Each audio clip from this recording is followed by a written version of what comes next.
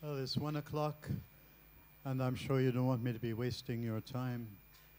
You have paid for a 50-minute non-stop lecture, and I shall try to do that for you, and to give you your money's worth. Okay, the lecture today was not intended to be given by me. So first of all, let you know that I am going to be trying to do my best to introduce you to Lucretius and to Stoicism, Epicureanism and Stoicism, using the fly sheet of Professor Samira Khoury, who put this fly sheet together and used to use it when she gave the Lucretius lecture. And so therefore I am putting this into your hands, and I will make use of it, but I will obviously try to be giving you a lecture that will help you understand the place of this reading in the CVSP 201 course.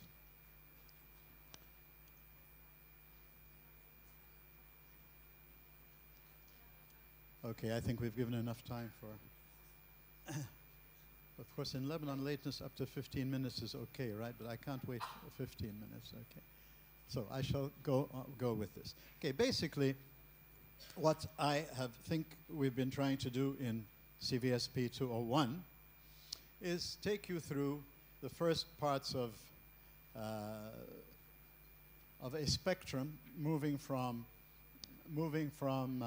Gilgamesh, the first written work we have that we can look at, knowing that the edition you have is a student-friendly edition, so it's not absolutely accurate. If you want to study this work, you'll have to take a different edition. What we tried to do is to take a look at the text that we have and see how we can do text interpretation with our concern for the main items that we're looking for in CVSP and in the humanities generally. And that is, what are we being told about our own humanity today in the year 2017. And therefore, we learned to decode the previous works, especially when they were the epics and they talked about gods and things like that. We need to understand what they were symbolizing for the people who wrote them in terms of ways of expressing how they understood human life, generally speaking. And so we started off with ancient Mesopotamia, with Gilgamesh, and then we went to our friends the Cyclops. He wrote Homer. No, it was Homer who wrote Cyclops. That's okay, I get mixed up sometimes. But you know, I'm sure you'll remember, I hope you'll remember at least the Cyclops from Homer's Odyssey. All right, so we went into the world of the Greeks, roughly 800 years before the Christian era, or Common Era. These are things that should mean something to you, the trips that he took. And then we went into history. We didn't do Herodotus this year, the Persian Wars, the history of mankind and cultural history that we are very much influenced by. Primarily at that time was something happening between Persia and Greece, and Herodotus, not Thucydides, the ones we did, who comes much later, not much later, but comes later, was giving us how thought about who we are as human beings developed at the time when there was a great war between the two superpowers at the time, Greece and Persia, and how the Greeks managed to defeat the Persians. And that was, of course, the background for Thucydides. Thucydides now writes about what he considers to be the greatest event that ever happened to the Greek world, when Thucydides writes about the two superpowers now, Sparta and Athens. And, of course, with Thucydides, you now have a much more clear interpretation of human life, that primarily it is tragic, because no matter how well we use reason, how well we develop Athens or the polis, how well we get a Pericles who can really combine wisdom and political savvy in the best possible way, every human being is diseased. We have a virus in our humanity, the lust for power, greed, pleonexia. This is a tragic element. So we try to do great things. We try to develop democracy. They actually reach things that are, much better, a kind of democracy in Athens. But look what happens. As soon as the power problem comes into human life, then it is impossible to really control the lust for power. Therefore, he never blames anybody. He's not a moralist, Thucydides. He just tells us, look, this is the way things are. Get the most you can out of it. That's a tragic world. That's what Gilgamesh was telling us. That's what the Homer is telling us. Get the most out of a world where don't expect anything better than a Hades. Don't expect anything better than a Gilgamesh Enkidu dream. That's your final destiny, and that's a tragic thing in itself. Your final destiny isn't just to disappear, which for some people might be tragic, but certainly to think everybody's going to go either to Hades or to the place that Gilgamesh has his dream of. That's a tragic element, all right, for the human, especially if the human has capacities, because you don't get tragedy unless you have human capacity. And that's what tragedy really focuses on, the human capacity that you see through Gilgamesh, the human capacity that you see through Odysseus, the human capacity that you see through Pericles, the human capacity that you see through in Plato's cave, the philosopher. This is the focus on everything we're doing. How can you be a great human being? Right? So whether you're in the tragic world, I shifted over into the rationalistic world with Plato, but to try to also come to tell you that even with Plato and Aristotle and Lucretius and Virgil, primarily now we're shifting from this tragic vision to a rationalistic vision, right? Where it's the same thing for the human. Be a somebody, don't be a nobody, whatever culture you're in, whatever you think is your final end. You're going to go to heaven, you're going to go to hell, you're going to, simply disappear, you're going to be stardust, since from stardust you have come, and unto stardust you shall return. Or whatever, it doesn't matter what your view is. What's the human supposed to do, all right? And the human can only do what they have given to them. So Gilgamesh does his very best given what he's given. And he does as well as anybody can do. That's why he's called two-thirds God, and why he's the greatest man, and he's the only one who brought things back, because he represents the greatest you can possibly do. So be realistic. You're going to go to this horrible place where Enkidu goes to, but don't let that disrupt you, your own creativity, your own ability to give yourself dignity, to be a somebody, to help humanity, etc. That's what life should be like, for intrinsic reward. Extrinsic reward, you can hope for it, but don't expect it in a tragic world, because nobody's made any promises and no promise is broken. So the extrinsic reward of a heaven, don't expect that, or of everybody being happy with you in your culture. Go for something much more deep, something that will really, this is the heart of your humanity, they are telling us, is have self-respect, work for the dignity of yourself. You're your own judge. Don't wait for somebody who's going to account you from a heaven or a hell or whatever. You judge yourself. And so a Gilgamesh, an Odysseus, a Pericles can look at the end of their lives when they're all going to go to Hades. They can at least say, well, I have done my best. My own conscience is clear. I have self-respect. I've done something for humanity. Okay, Pericles is for a good long period of time brought in one of the best times that the Athenians ever lived, and then but don't expect something out there. When you shift over now to the rationalist half of CVSP, it does not begin with Thucydides. Thucydides only gives you a new method. Please remember that. He does not give you a new worldview. He is just as tragic as anybody who came before him. But now he's saying, no matter, even if you develop democracy, even if you've developed a wonderful society, that tragic element that's in Gilgamesh and the others is still there, because the tragic element finally is in you. It's not the gods anymore, but there's still an element that's holding you down. There are crabs holding you down when the crab was coming out of the bucket, the crab effect. They don't want anybody to come out. They pull you down, the crabs. So this is the tragic message. Do something. Don't wait for somebody to do something from the outside. Don't wait for the gods or for whatever. You, yourself, are your final judge, and humanity finally means you being able to say for yourself, I have lived my life as best I can, and I have taken responsibility for humanity in one way or another, not just for myself. Okay, and I'll get the name if I'm lucky. That's the only extrinsic reward. So when we shift over now to the rationalists are now using Thucydides' rational method. So the only thing that changed was methodology, not the view of the human being. That's what we're interested in humanities courses and in CVSP. The view of the human being was still tragic, even more tragic, because Athens, the great of Athens now, is not able to sustain itself. In the others, it was just individuals. The individual can never find full happiness. Now, human society can never find human happiness. Very tragic.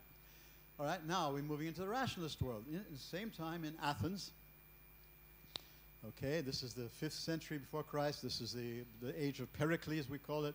Okay, here you had Pericles, so political success in maintaining something of a democracy for as long as possible, until the lust for power comes back and destroys the Athenian democracy. Socrates, who's behind Plato really, and is telling you, work for the inward, look for the intrinsic, don't worry about the extrinsic, bring philosophy down from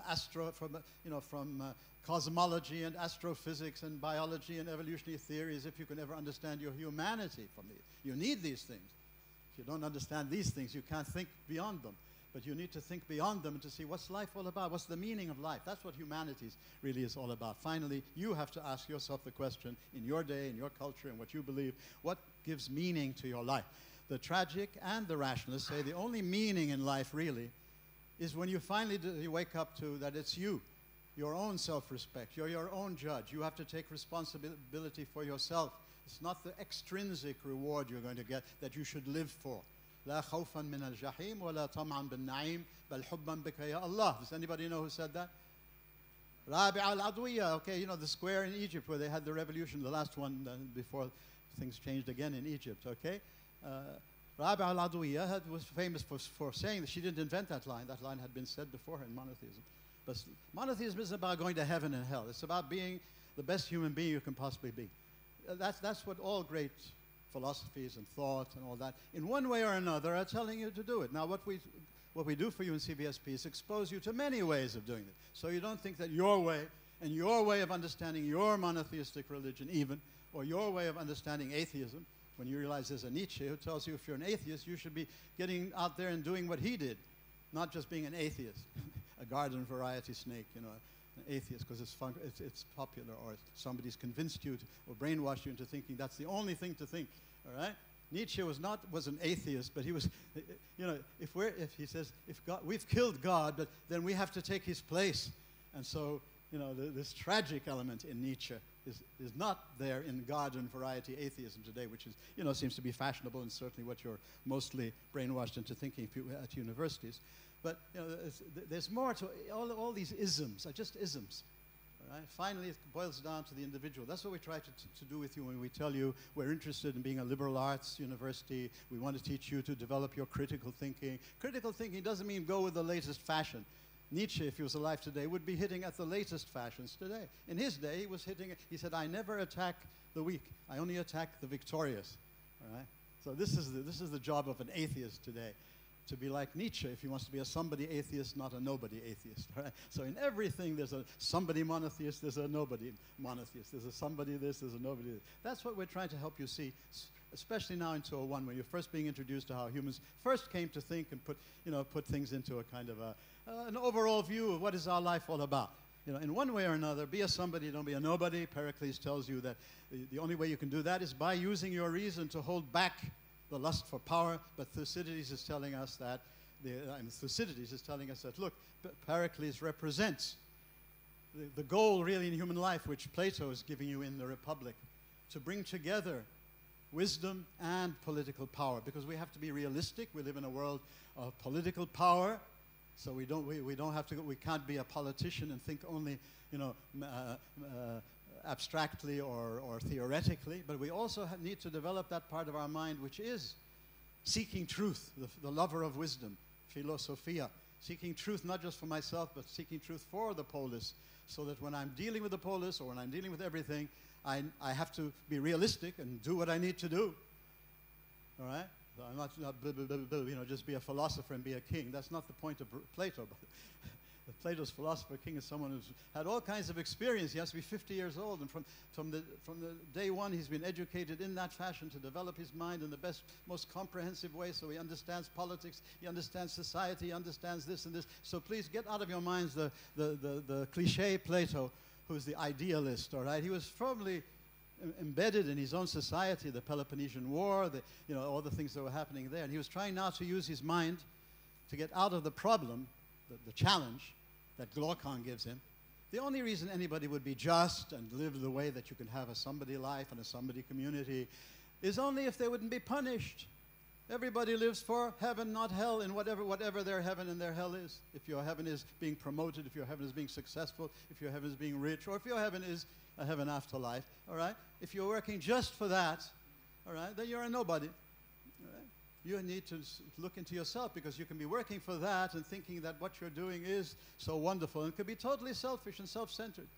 Right? You need to get out of yourself to be a philosopher king. You have to be ready to come down, and your own mind should force you down, or you're not enlightened if you don't come back to the cave, the forced return to the cave. You need the first force to wake you up and shock you out of your thinking you really know, just because you're a PhD, or you're a Stephen Hawking or an Einstein, or you're a Peter Shebaya or somebody, like that. Just because you're someone like that, you think, you're out of the cave. Cave, that's for these stupid people who are not educated. He's speaking to his fellow philosophers. He's saying, Mr. Sophist, with the great developed mind you have, and you're teaching everybody in Athens to be relativists. Each human decides what's justice, all right? This is Plato's the cave story. Everybody's in that cave until they start to use their mind properly. Using their mind properly means along the lines of mathematics, music, and then developing more into ethics and morality and society and politics and all of this, but developing your mind always seeking truth, not seeking power. This is Plato, all right? And the cave story is a picture of that. Okay? Those who seek power can be the most intelligent people in the world. So it's not just the uneducated who are now going to get educated. It's the educated who are living for power and are not living for wisdom, philosophia, not the philodoxia and the ones who are looking just for your own opinion. That's Plato, okay? So, but Socrates, therefore, was trying to tell you to move philosophy down from cosmology and astrophysics and all the sciences, all wonderful. But when you want to know who you are, philosophy should be looking for the good life. What's the good life? What will help me and you to live a better life so that the polis, the society, will become better, and we get out of this vicious cycle of war after war after war. And that's what Plato tells you. He says, if we don't use our minds to try to get out of this curse, all right, then don't complain when history simply repeats itself. Don't come and complain, why is there so much misery? Why is there so much injustice? Why is there so much oppression? It's because everybody is in the cave. They're all using their best abilities for power. If we can't get the whole education system to change in such a way, and the whole of society to be constructed, that's what we have to work towards. It's not a utopia. It's a direction that we want to, if we use our reasons properly, we can go in that direction. He's trying to give you hope, because the tragedian leaves you with no hope in that sense. The only hope is for you to be a better human being. But hope for the future can only come through what Socrates is trying to say. And what Socrates tells you, by the way, is we don't do the apology anymore, but you need to have that as background for this whole section of 201.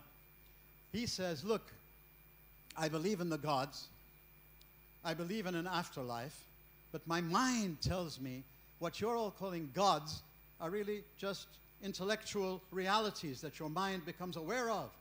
Okay, Zeus is rational justice, not the Zeus who gives more evil than good in Homer. All right? Aphrodite is not the one who gets Helen to elope with Paris and cause the whole war in Troy. Aphrodite represents beauty, but the beauty as an intellectual will understand beauty, not the sexual beauty that they've come to assign them with, or Ishtar or Aphrodite. They accuse him of atheism, but he's not an atheist. He has tried to understand what is meant by these gods, because they must mean something, so all these people are using them. Well, they're not these polytheistic beings that you have to worry about whether they're cursing you, whether they're going to make you kill your daddy and marry your mommy, or something like that. This is all an improper use of the mind. The mind should tell you, if you live a good life, then your mind will tell you that you will be the happiest person on earth and you will have a happy reward. Your mind tells you that, not revelation or anything like that. If you want to use your mind, why should you expect Hades? All right? Hades, okay, you can expect that if you're living a bad life. All right? But he says, I expect something wonderful now, so kill me. I don't mind your killing me because I've lived the best life I've lived. I'm not going to compromise my principles just because Awasta has come, Ea has come to whisper to Utnapishtim. But basically, the Wasta comes to try to free our friend Socrates,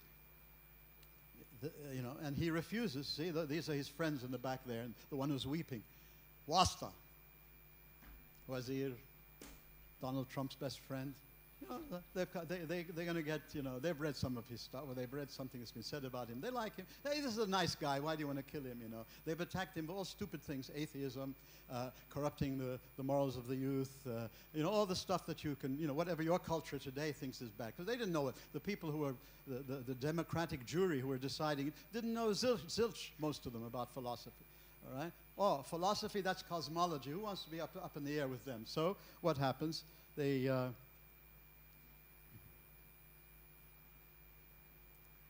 No, I guess it's not on this one. I wanted to show you the thing about, you know, the comedian, but I guess I didn't put it onto this one, where the ones who give us comedy, not tragedy, one of the things they did in one of their great plays was to picture Socrates up in the air in a basket somewhere, you know, and everybody down here is giving him a 10-gun salute, farting away at him.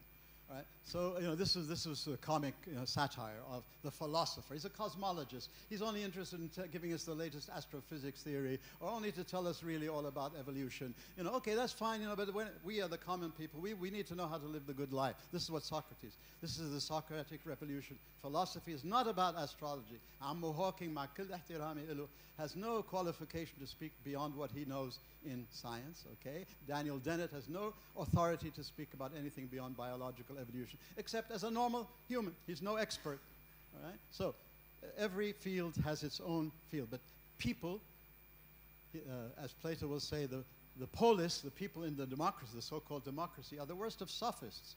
They don't really understand what they're doing, and they use their mind only for power. All right? And so this was what the rationalists now were trying to do. Socrates, and then Plato, then Aristotle, then Epicureus in his own way, and the Stoics, and through the Aeneid you'll get something of Stoicism. These people were all shifting the thing from a tragic element that holds us down to focus on the human mind. How can we best use the human mind?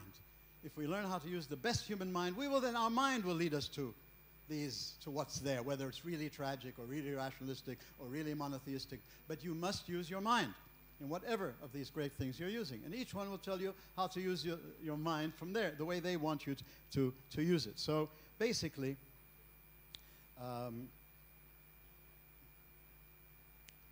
as we move away from Athens, I'm sorry, but this is not my lecture, all right? I'm using some of the materials I have because I don't even have the lecture flash thing on here.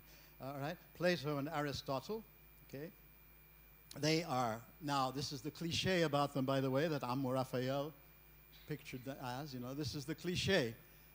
Plato has his hand up in the air, but he was much more devoted to the polis than ever Aristotle was. See, these are the subtleties of when you really go through these things and you read texts and you get to see what they say about themselves, empathy, not just reading about what people in the last centuries say about them because they want to get rid of them and bring something new in. All right? You see that these people were heavies. They're worth looking into. They're worth coming back to their basic things. Plato was not about up there. He's a way of, through mathematics, because he was a great he loved mathematics. If we use our mind more and more mathematically properly, our mind will then discover the truth about these things, justice and wisdom and beauty and all these things. That's what his forms are, all right? Our mind will discover important things humans want to know about. It's not just each individual decides what is justice, the sophist, what is beauty, what is that, what is truth. Every individual decides what is truth for the sophists. And they were the teachers of Athens. They taught Thucydides, but Thucydides revolted against their view. And he's giving his view is a moralistic view. All right? It's because we don't follow a reason that they died. It's because the Athenians start to use their mind corruptly for power to force the Melians in, and the Melians start to preach the Athenian truth to them. That's the big point in the Thucydides book. The Athenians have become their mind has become totally corrupted because they're using it only for power. The Melians, if you noted that, were arguing what Pericles was arguing in the funeral speech. All right, you see the twist there? So that's all you can be hopeful for in Thucydides' work about how to use your reason, and you can avoid that as much as possible. I call it damage control. All right? Tragic world, you can never have a happy world. All right? But you can control the damage. That's what your reason is given to you for. Okay? If you believe the world is tragic. Now, the rationalist says, no, we agree with all their basic principles about the polis, about the cosmos, about Apollo, the three things that are there on your fly sheet for Oedipus, because they're really the basis for all the stuff here. Now, those three things, understanding the order of the universe, the cosmos that Homer had given us, but we can understand it that it's ambiguous, unclear. You never know what's happening. It's certainly not made for a human mind or a human being, all right? The rationalist now says, we believe in Homer's cosmos. It's orderly and lawful, and that's why we can, if we use our reason properly, we can understand its laws. And we won't be in this ambiguous, tragic world. Okay, that's, first of all, Plato. What he's done, he's changed the divine to mean rational perfection that your mind discovers, and goodness is the heart of everything. Nothing could exist without goodness. And so similarly to monotheistic thinkers, he refuses to define goodness. Goodness is that which gives meaning and understanding to everything else in the intellectual and human world, but you cannot define it. All right? It's beyond definition. So those of you who think monotheistically, Allahu Akbar. All right? God transcends anything the human mind can reach. All right? So that's the one point where he's similar in his philosophy to monotheistic philosophy. But don't call these people monotheists. They are monists philosophically, but they believe in many, many eternal beings. They are polytheistic in their view of how many eternal beings there are. There are many gods. The world is eternal, but and every soul is eternal for Plato. So they're not monotheists. There's only one eternal being, only one creator. There's no creator in these people. The creator in Plato is simply somebody who has material and has the forms of Plato, and he combines the form with the material, and voila, you get a me. You get a human, all right? That's creation in Plato. There's no creation out of nothing. There's no being that's separate from the cosmos. So the cosmos is all separate, flow. That's monotheism. Now we're helping you to understand many other cultures of the world that are not monotheistic. They don't think of God in the same way you might have been told to think about God. So when we come to Plato and Aristotle, you now start to move out of the world of the tragic, and Plato tells you, using your mind properly on a mathematical model, your mind will develop and develop. And if you do that for the polis, if you get more people doing that for political society, that's your only hope. Change society, change the education system, change the institutions, let the leaders be more people who have both know how to do things, savvy, political, practical savvy, but who are seeking basically truth, not just power. That's Plato and his cave. Aristotle comes along. He's not an Athenian. At one point, they want to kill him for other reasons, Athenian democracy, so he runs away. And when they say, why are you running away? He tells them, supposedly, that I didn't want Athens to sin twice against philosophy, because they had killed Socrates. Now they were about to kill him. But Aristotle was much more the cool scientist, philosopher, all right? He didn't live through the Peloponnesian War as deeply as Plato had. So the shift between Plato and Aristotle is very, very important, because it gives you two rationalistic avenues towards understanding your own life. You follow the basically scientific people of the day today, all right? And then you're moving in the direction of Aristotle. His conclusions, however, are very different from many people today, not all. But there is no, today when it moves you into an agnostic or an atheistic belief system, it's not what Aristotle thought, is that if you use your mind in this kind of way, both scientifically and mathematically and theoretically, you can discover everything. There's no limit. Okay? The philosopher was the only one who gets the full happiness in Aristotle, and the only one whose rational soul is going to survive. Why would you want any of us to survive? Our rational soul hasn't been developed sufficiently. Immortality? You see, it's a very rational thing. Why should you want immortality? And if you want to make something important, and the only thing for the philosopher, Plato, like following, and not at that level, not the same completely with Plato, but only philosophers are going to only the philosophers are going to see the sun. The rest of us will have to follow Plato's king. All right? Because we have now learned through our education system to be satisfied with what our true nature leads us to. I should be a garbage collector. Let me be the best garbage collector. I must be an engineer. Let me be the best engineer. I'm a student. Let me be the best student. All right? But I can never know what the philosopher has known. I believe him, and I follow him. All right? So this is the making out of reason your God. What reason can lead you to, that's God. Right? Finally, for all of these people. For Plato, it takes you in one direction. For Aristotle, it takes you in another. He's not as focused on the polis in terms of his own life existentially. All right? So there's a cave story that's presented by Aristotle, where coming out of the cave is quite different, but coming out of the cave. But then there's no coming back to the cave. All right? And for Aristotle, the most developed most enlightened human is not the philosopher king, but only the philosopher. So you've taken the whole political element out of Plato. So when you say Plato is thinking up there, Habibi, I would say, if you want to really compare them, Plato is saying, here, the polis now, the Peloponnesian War, killing Socrates, the mess, of all the wars. Let's use reason to get out of it. Right? He doesn't give you a final fixed thing. He's telling you, use your reason, it'll move you in this direction. And if we can all start to do that, we'll get somewhere.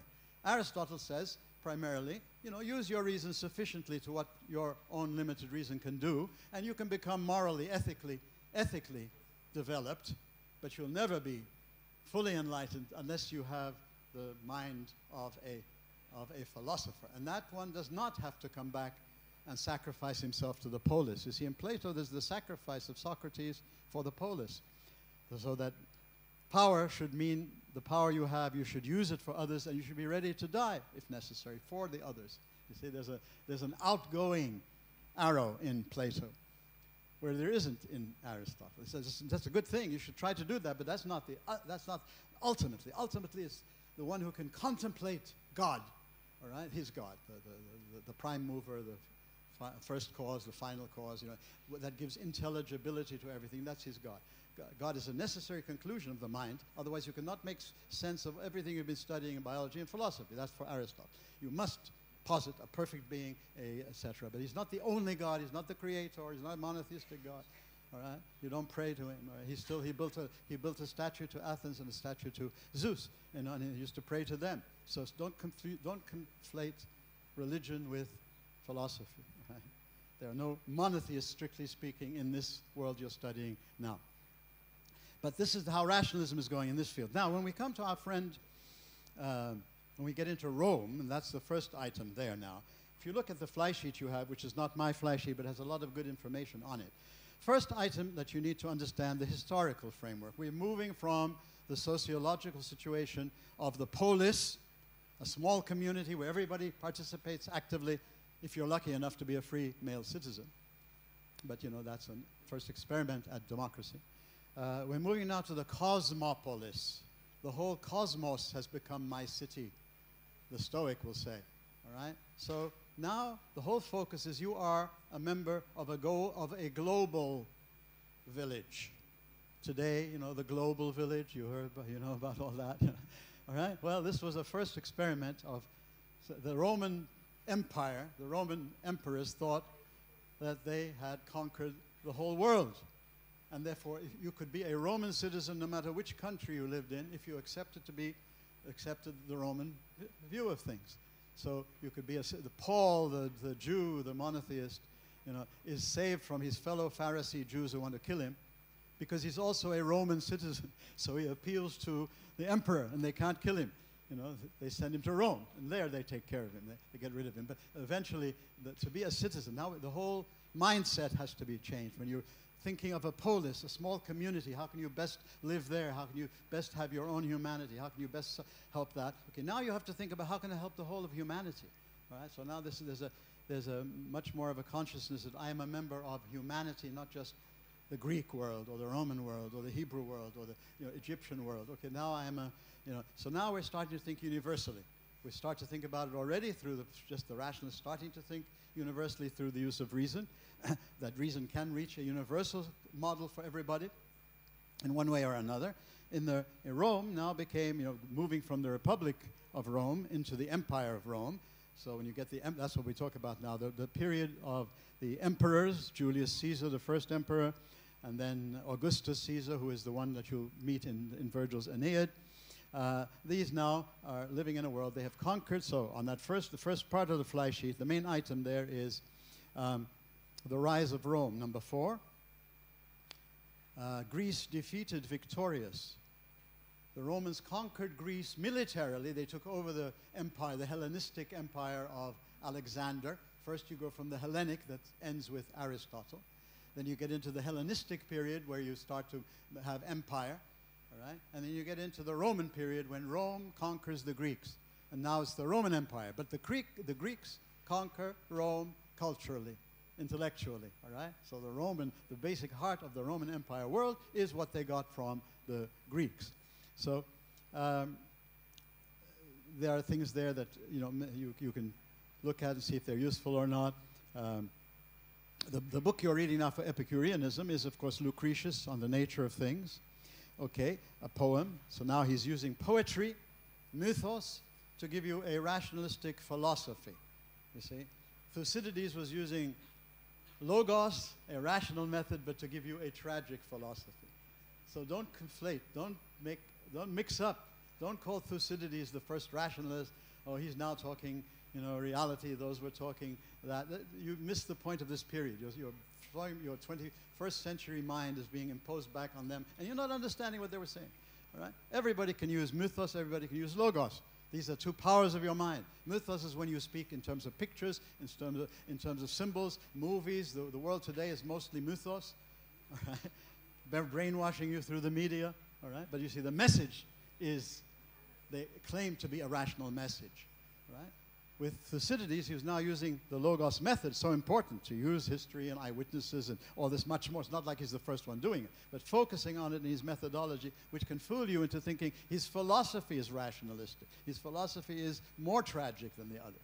All right? It's now the whole human society can never be better than this corrupt Athens, because that's what happens to all human societies. The lust for power hits. So now when we come to the emperors, on the next page here, the aim and purpose of Epicureanism, and so I will try to use the remaining time to primarily give you the heart of Epicureanism, one of the easiest philosophies to understand. That's why Aeneid, who's the second Homer, is a much more important work if you want to get into the Roman world. Because now getting into the Roman world, Lucretius is really fully a Greek. He's talking about a Greek philosophy, all right, which could never be popular in the Athenian polis, but now in the cosmopolis had a great attraction.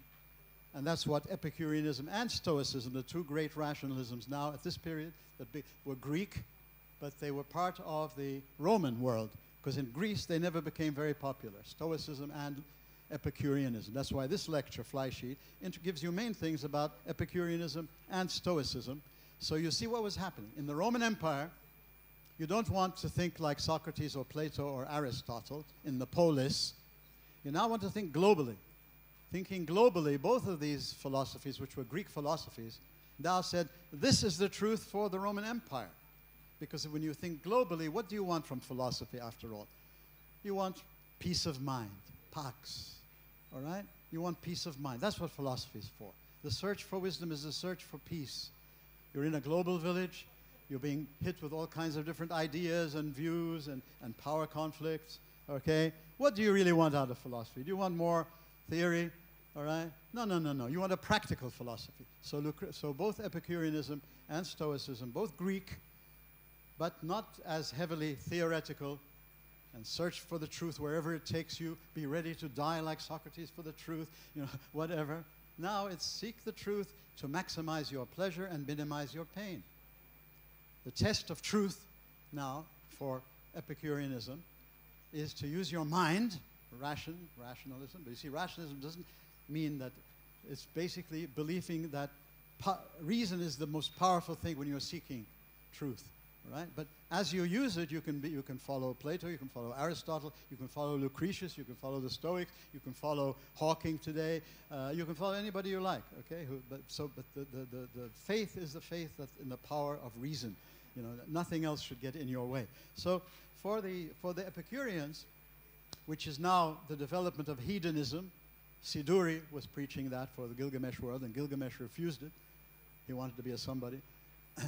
The nobody thing is to be a hedonist. You live life for maximize your pleasure, minimize your pain.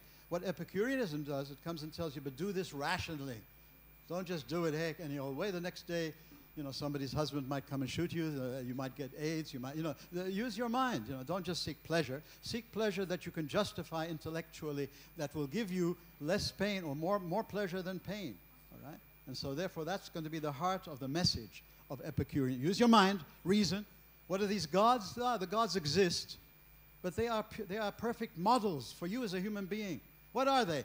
They are so perfect, they only seek their own pleasure, and therefore they would never want to bother with humans. Don't worry about a last judgment or something like that, Live just for your own self. Live to pick each day for its maximum. Live for finally, get out of politics. Don't want to have too many friends. Just choose the friends that, seek to the minimum of anxiety in the mind and pain in the body. All right? That's a quick way of understanding what Epicureanism is doing to hedonism, but it's a family member. Utilitarianism later on in the more modern world is developing Epicureanism into telling the Epicurean, you need to factor in the social factor. Epicureanism is purely individual calculation.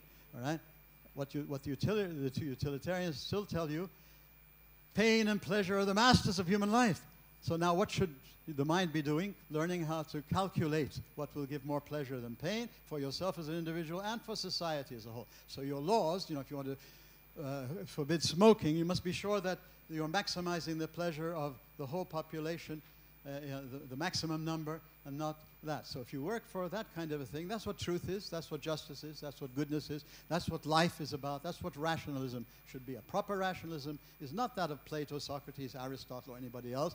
It is the rationalism of the Epicurean. And when you read the readings there, he exalts Epicurus, the Greek. This is the one who went and brought truth back for us, and he really exalts him, as if he was some more than a prophet, like a god coming to give you the truth. So that's the heart of Epicureanism. All the things that she has on the sheets there, the numbers, forget the numbers because they're page numbers for another book probably. We thought we'd have a totally new lecture today, but since that wasn't possible, here I am.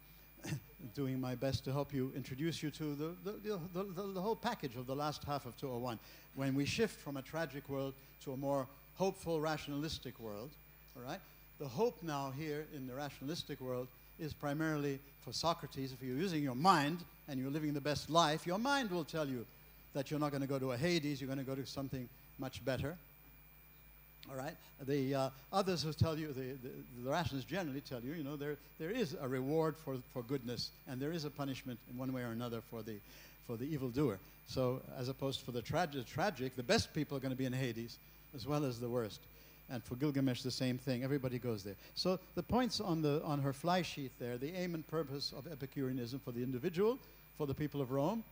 The method to achieve the aim is through Venus. Make love, not war.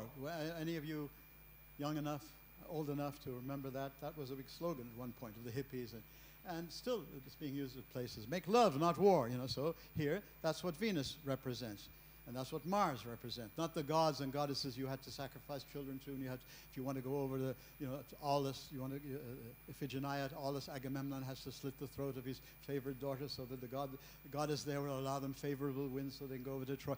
Get out of your mind all this nonsense about the gods. And then either go the Plato way, about the gods, what they represent really, or now what Epicurus tells you, but always for the rationalist, they must represent something rational. And so for the rationalist Epicurean, they represent models for human life. The best Epicurean. They don't allow themselves to get mixed up in what's happening in the human world. They live for their own pleasure, all right?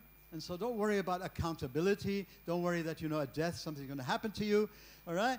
How does he then try to justify it? This is the scientific aspect of his work, which lets people call the whole thing science. It's not. It's just another ideology, making, as many people do in today's world, making use of a certain way of understanding science to then tell you, we can tell you all about everything in life, the Hawkings, the Dennets, and others of this world. When Georges Lemaitre presented his Big Bang theory in the early 20th century, the Pope writes to him and says, this proves creation. So the Jesuit priest, Georges Lemaitre, who discovered the Big Bang Theory, and then Einstein rejected it, but later started to understand it. He was a Jesuit priest, but he tells the Pope, please, Habibi, I'm doing science. Surely we have learned, at least from Aquinas, that when you mix the two, you get a monster. All right? So let's keep the worlds apart. Unfortunately, not everybody does that. Everybody tries to find the latest discovery, must mean God created the world. Or no, what the latest discovery with Hawking now, it means the world just came into existence. It popped up into existence. And follow him and, follow his science if you can. And then you can, believe in what he's preaching. Because everybody's preaching something. Nietzsche says every philosophy is an autobiography of the philosopher, meaning always make sure you know where this is coming from, the context, the influences, etc. So this is now with him. A method to achieve the aim, make love, not war. Atomism. Now, how does he justify it?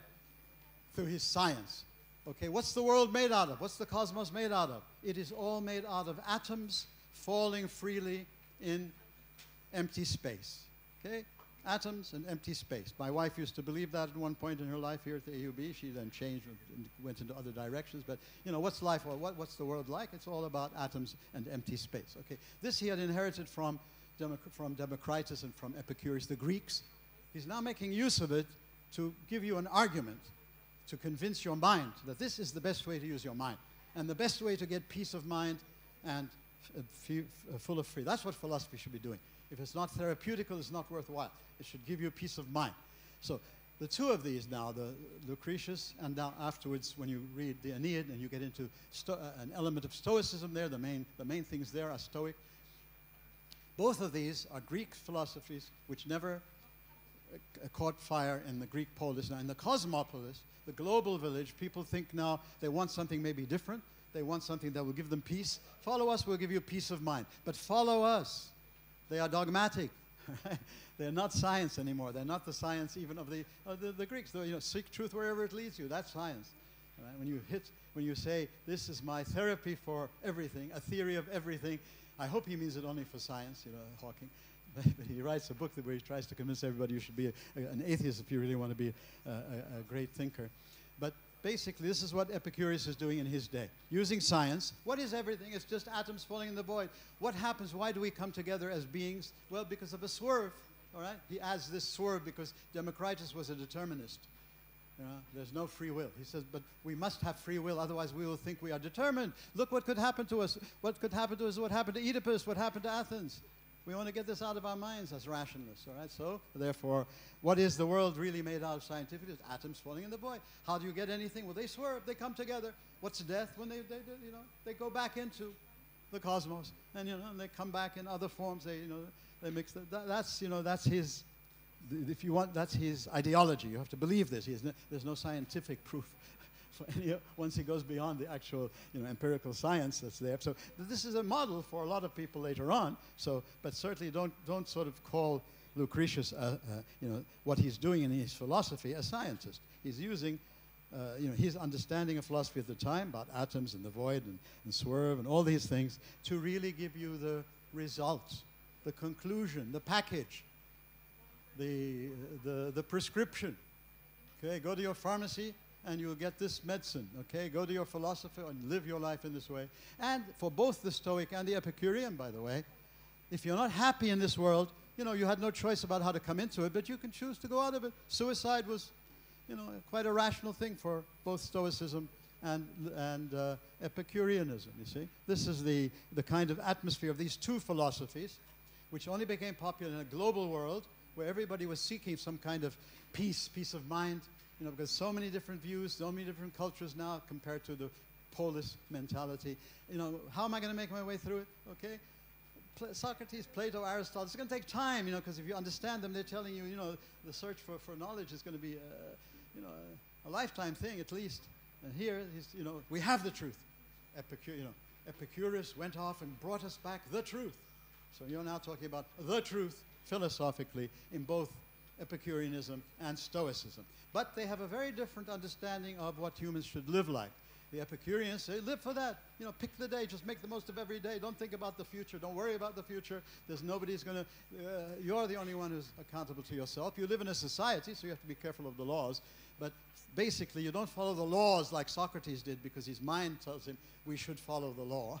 No, you follow the laws to avoid pain and secure pleasure. So the Stoics, and you'll see this in Virgil's Aeneid, the hero Aeneas is a model for Stoicism, all right? Use your mind to do your duty, your rational duty. Live a courageous life. Don't be afraid of pain like these sissy Epicureans, live for, live for the whole world. The cosmopolis is my polis, all right? Live for the polis, for the community you are in, but use your mind to give to it. You want to rule if you can help them to rule. Lucretius tells you, stay away from politics, Habibi. Get away from politics, Don't get messed up in politics. The Stoic says you must get, this is the Plato philosopher coming down into the cave. If you're really intelligent, if you're really using your mind, you must see it as your rational duty to give your life, like Socrates gave his life, to the polis. So life is a matter of training yourself to be courageous. If you go home now, la samahallah, and your whole family has been massacred, what you should say is, the wrong monotheistic conclusion. God has willed it. That's not proper monotheism about qada qadar and accepting the will of God. Whether you're accepting the will of someone whom you at least believe is good and merciful and compassionate and loving. Here your mind should tell you the cosmos is being ruled by world reason. Therefore, everything that happens is rational. And so whatever happens to you, your mind won't be, don't try to, philosophize about it. Just accept it. You have to be courageous, And so you learn not to have feelings. You kill your emotions in both Stoicism and Lucretianism, right? Fullness of life is not to develop your emotions and your passions so they can be perfected and under the control of reason and all of that. No, you must stifle them, because they are your enemy. The more you use reason, the more you'll be an Epicurean, the more you'll be a Stoic, and the more you'll be able to live life like a Stoic or to live life like an Epicurean, and philosophy will have brought you the therapy, how to live a happy life as well as possible using reason in the Roman Empire, in a global village. The items there, I'm sure you can. Remember when they talk about religion here, they're talking about the polytheistic religion you've been speaking about. Don't ever use religion as if it means one thing to a whole globe and historically, and science means one thing. So now in our day, the real fight is between religion and science. Well, if you mean something by that, tell us what you mean. But he is rejecting all the polytheistic understandings of the gods. Right? You never know when they're going to curse you, make you kill your father, marry your mother. You're all going to Hades, no matter who you are. Achilles winds up in Hades. All right? Forget about all that. That's irrational. Don't accept it. Think rationally about the future. Socrates tells you think rationally about it. But they're all saying the same thing. Be a somebody, not a nobody, except Epicureanism. Epicureanism is the only one who's telling you, don't go for this somebody crap. Right? Live your life to just have the most pleasure. But that's what we all believe today. I mean, this is the universal doctrine and it's what you start off with. This is everybody starts off with survival of me. But if you just go on living for just survival of me, you never develop. Humanity doesn't develop. You're a nobody in whatever culture you're in, and that's it. Sorry that you didn't have a proper Lucretius lecture. We're hoping by next semester maybe we'll find somebody to do that. The person who was supposed to give it had too many commitments and wasn't able to get it together in time for today. So here I am, and thank you for waiting.